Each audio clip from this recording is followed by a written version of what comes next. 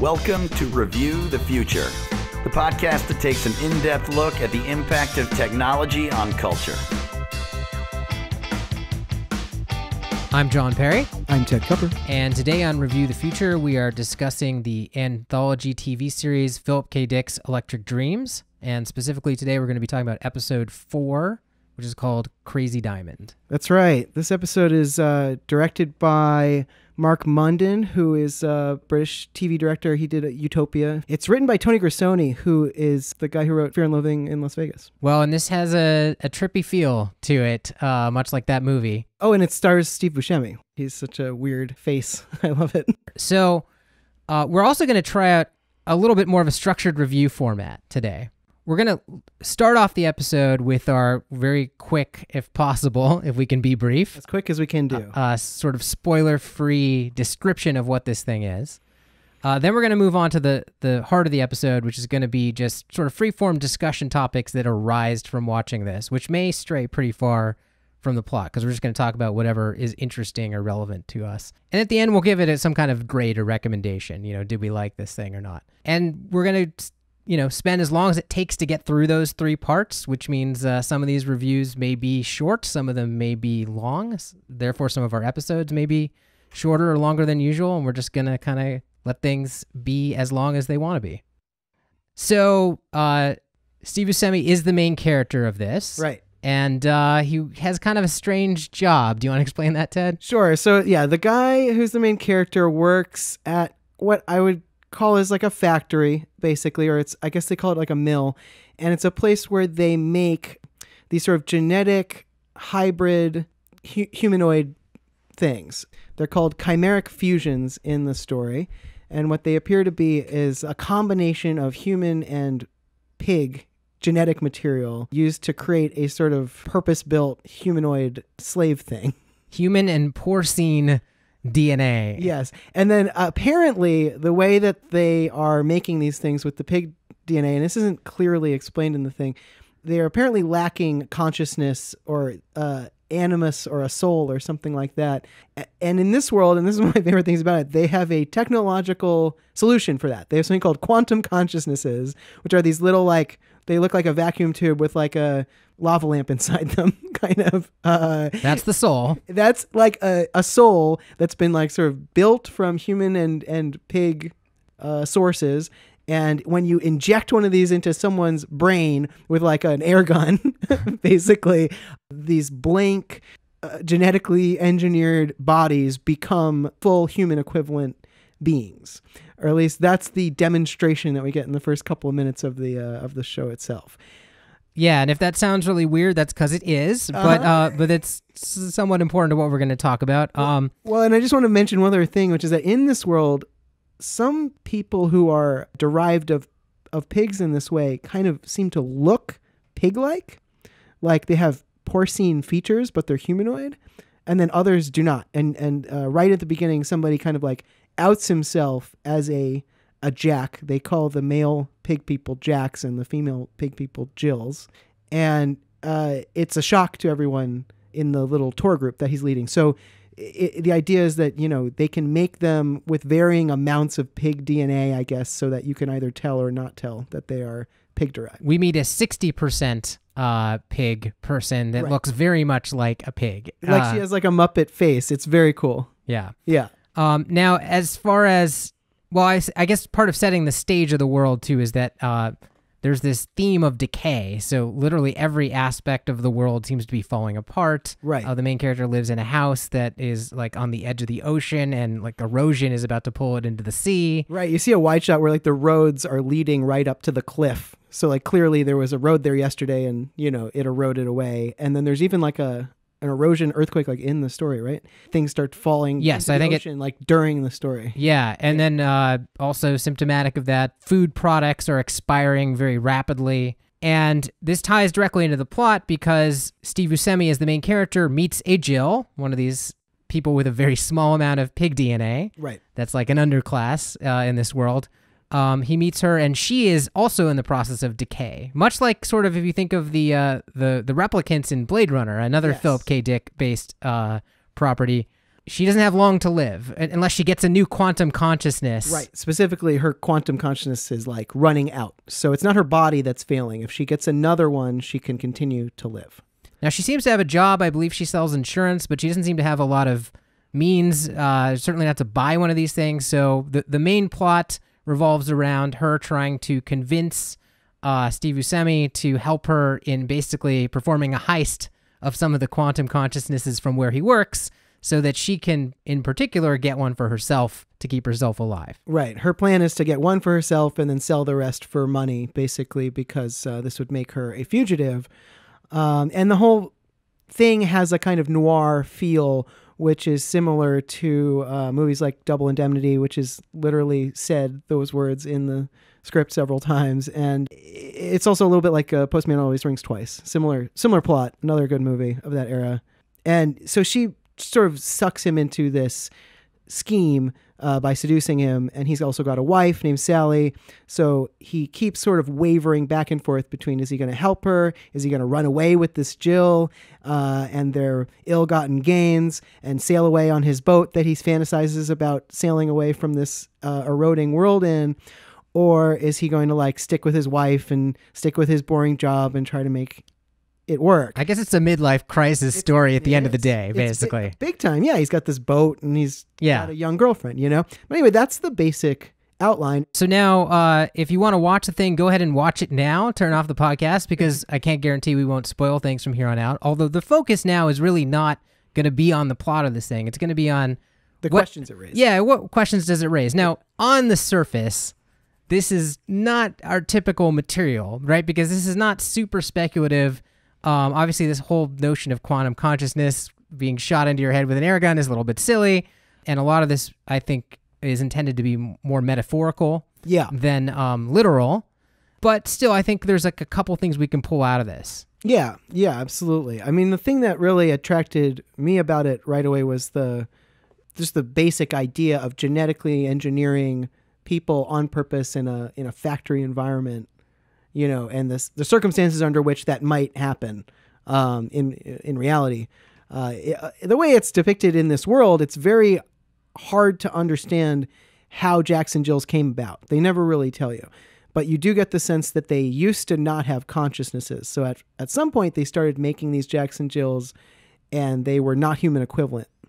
Right? Yeah, let's even just talk about that issue, right? Because that is something, we don't see this dramatized exactly in the show, so we don't know what this looks like in this particular world. But this is always an interesting question, is like, can you make something that walks around and has skills and is intelligent, which is what they claim in this. They say it has emotions and intelligence, but it just lacks things like metacognition. And it lacks empathy. Self-awareness. They say empathy, though, too, and a couple other things like can you make something, I mean, I don't know about how empathy ties into it, but can you make something that's very smart, human level smart, without being conscious? And that's always like an interesting question, right? Like, can you have essentially one of these zombies that like doesn't have the lights on inside of its brain in this like sort of soul context?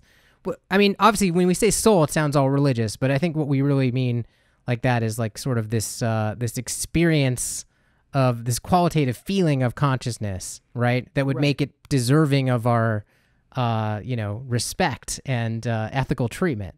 Right.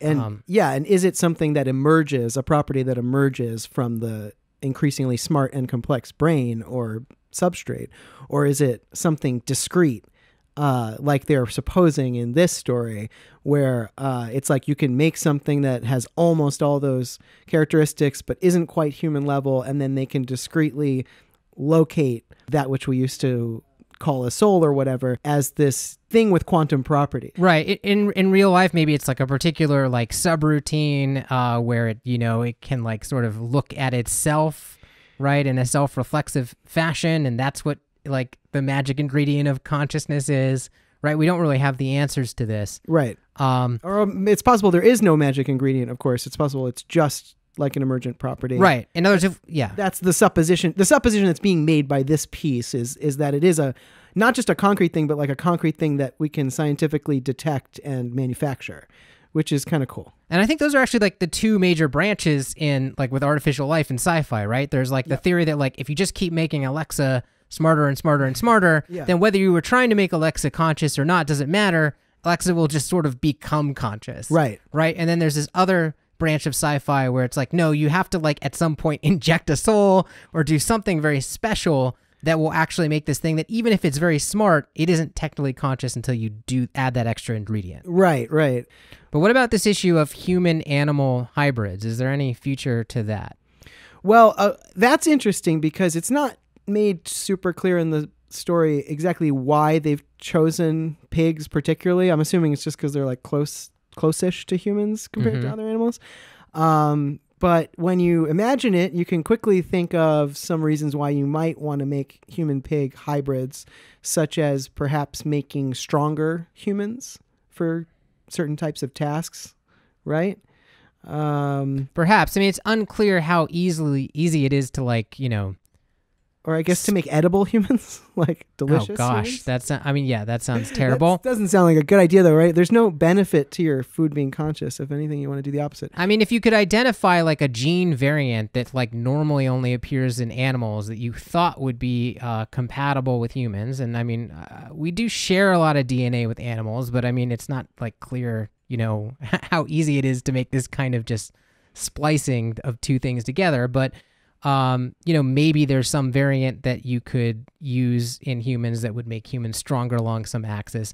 Although it seems a lot more plausible to me that you would just find an existing human that had a pretty good variant and just draw from that supply. Because there's enough variety within all the humans on the planet. Yes. That I feel like that's already like why would you need to go to animals, which especially when you know that may or may not work. Right. And the way that they depict the Jills and Jacks in the story is that they appear to be, relatively normal looking humans except for the ones that look like pigs.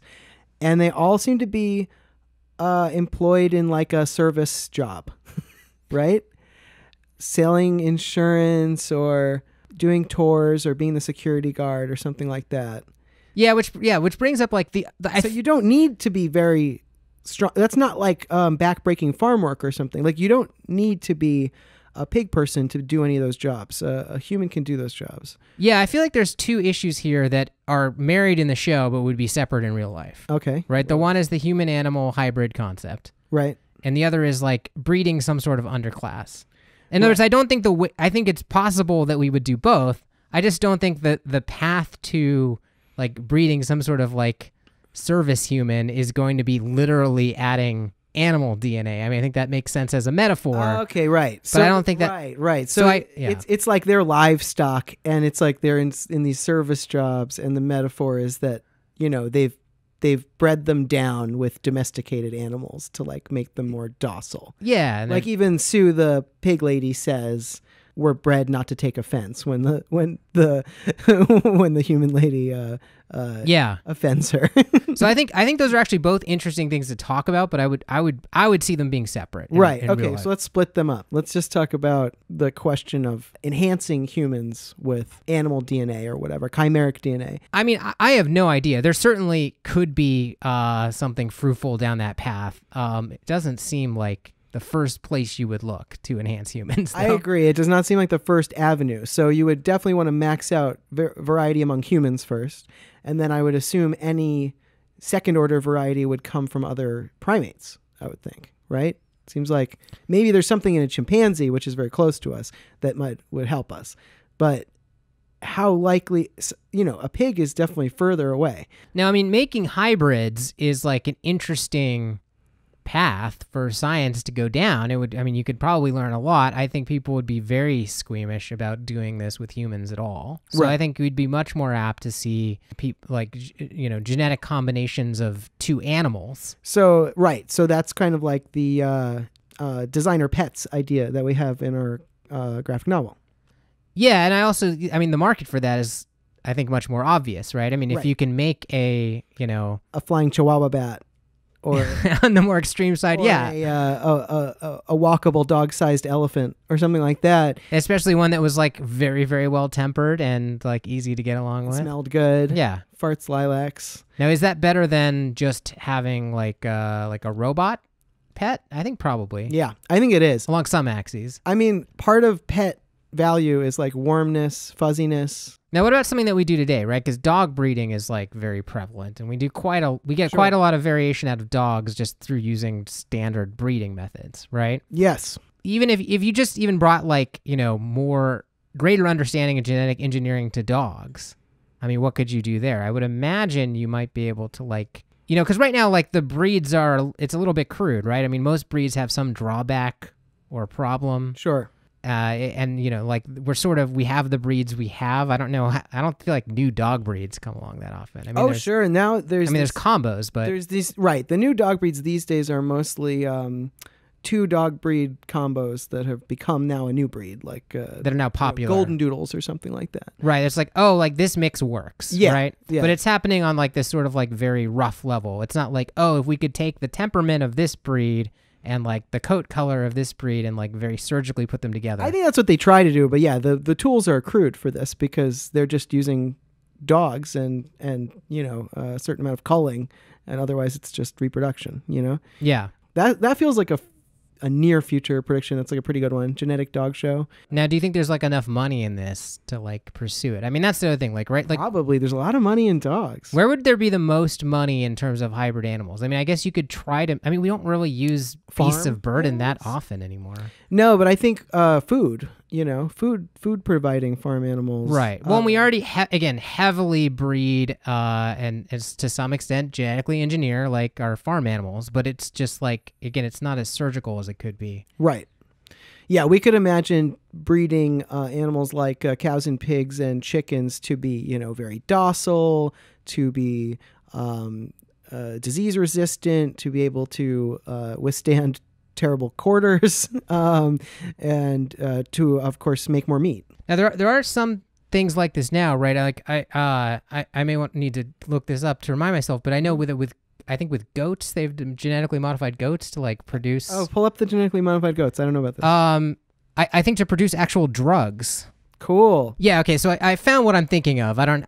But yeah, Atrin is like sort of the brand name of this like FDA approved drug, which is produced by these genetically modified goats. So they normally would produce like antithrombin, but they've been modified to produce a human variation of that then they can extract from the goat's milk. So the goats are sort of aid in the production of this drug. So they already had some pathway where they were producing something similar, and by altering it, they made it the human version that we can use. Yeah. So it's not like, cool. Cool. Yeah, but that's like a good first step to like that's the kind of thing I would expect. And generally I would expect this stuff to be used to enhance, the lives of humans, rather than whether that's to create drugs or create, artificial organs. Like there is one line in the show, a lot of normals have porcine organs these days or something like that. Porcine hearts specifically. Hearts. Right. So like they're using them to grow organs that can get donated. And that makes sense to me. Well, the best case would be to grow the organs without a body at all. Right. But maybe an animal host or something is necessary. I'm not sure about that. As an in-between step, if we haven't designed a way to do it in a lab. Let's jump into this other thing, because it's just so weird to design an underclass on purpose. It seems like, to me, the more likely thing is you might design an overclass on purpose, and the regulars might end up an underclass as a de facto result of that. But isn't it much more likely that we'll use these sort of technologies, whether or not it's chimera, just any kind of genetic engineering technology, doesn't it seem much more likely that we'll use it to like enhance humans? Maybe that means that richer humans or humans with better access to this stuff, somehow rise above. But it doesn't seem that likely that we would on purpose be like, let's design people to be below us. Yeah, it seems hard to think about how exactly you get there. So let's say you identify certain traits that make people more docile, right, and easy to control. Right. Right. And you could see elite interests of people in power conceivably wanting this, right? Sure. Although, again, like this is a slower time frame, right? We're impacting people that are being born now, right? So that in a generation, people are more docile. So this requires sort of forward-thinking set of maniacal rich people that want to guarantee this underclass. Right. That's the thing, is it's not going to help today's dictator stay in power. It's going to help today's dictator's grandson. And I think dictators tend to be pretty here and now, like, how can I stay in power in this moment and like crush my opponents? So you have to be forward thinking, which they could be. They've got sons or whatever that are going to take power when they die. Right. So and then you have to convince people to, or I guess you just do it forcefully. I mean, if you have total fascist control, as in many of these dystopian stories, I suppose you could genetically engineer the entire next generation, or at least a fragment of the next generation to fill this role. Right. An underclass. Yeah. Worth. It just seems unlikely. Yeah, like you said, it just seems like it would be easier to maybe make upgrades expensive. Right. Maybe they're naturally going to be expensive anyways. It doesn't require much explanation. I mean, new technologies are often expensive. Right. To make sure that, the rich kids get the upgrades and the poor kids don't. And then just use like your sort of traditional means of control. The carrot and the stick, right? You get like you got the boot in the face if you don't obey, and you get the the nice entertainment and the TV and the modern luxuries if you play along with the system. Right. So yeah, breeding an underclass seems like a stretch to me. It just doesn't. I mean, even evil people, I think, don't think of themselves as evil enough to consciously breed an underclass. I think you could definitely end up with one by mistake. There's a number of ways that could happen. And I think the way they're kind of hand-waving it in this story is that, like, for whatever reason, they were engineered before these quantum consciousness were around. And so all these ideas that Jills and Jax are less than normals are actually outdated ideas in that world that used to be true but aren't true anymore. And what we're seeing is, I think it's a metaphor for, like, civil rights, stuff like that. We're seeing people get over their outdated views, but slowly, right? So, I mean, I kind of buy that element of it, but it's like some people stood around and they were like, hey, it's really great that, pig DNA makes these docile, unconscious humanoids. Let's make a ton of them, right? And then it'll just be like in the old days when we used to have slaves, except we'll be morally justified or something. I mean, somebody said that somewhere, right? And that just feels so weird to me. I feel like I can't imagine a world where that really happened and no one raised their hand and said, this seems like a recipe for disaster. I agree. But I do think that it's quite possible that we essentially just, again, have an underclass by virtue of the fact that some people are not getting the benefits of the new technology. Oh, absolutely. Yeah, absolutely. Like you said at the beginning. I mean, I think that's the more plausible scenario. But in that case, the normals are the underclass and the enhanced are the upper class, basically. Like you said, it's a new overclass. Right. So yeah, I think that's about all I can extract out of this episode in terms of speculation. Fair enough. It's pretty weird. I liked it. It was one of my favorite of this series. And the series is really uneven because each one is directed and written by different people.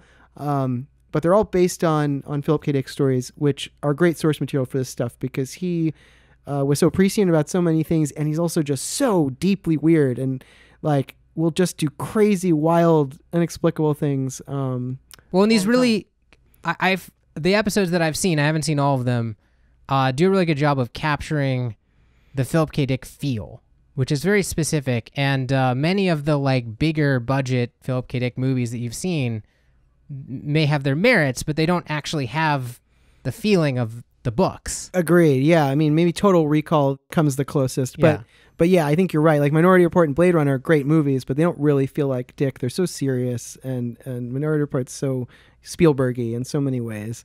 The Electric Dream series does vary, but this one in particular, Crazy Diamond, I think the one that was the most Dick-like in tone. It felt so bizarre and was so like kind of off kilter and fun, while at the same time being full of dread and decay.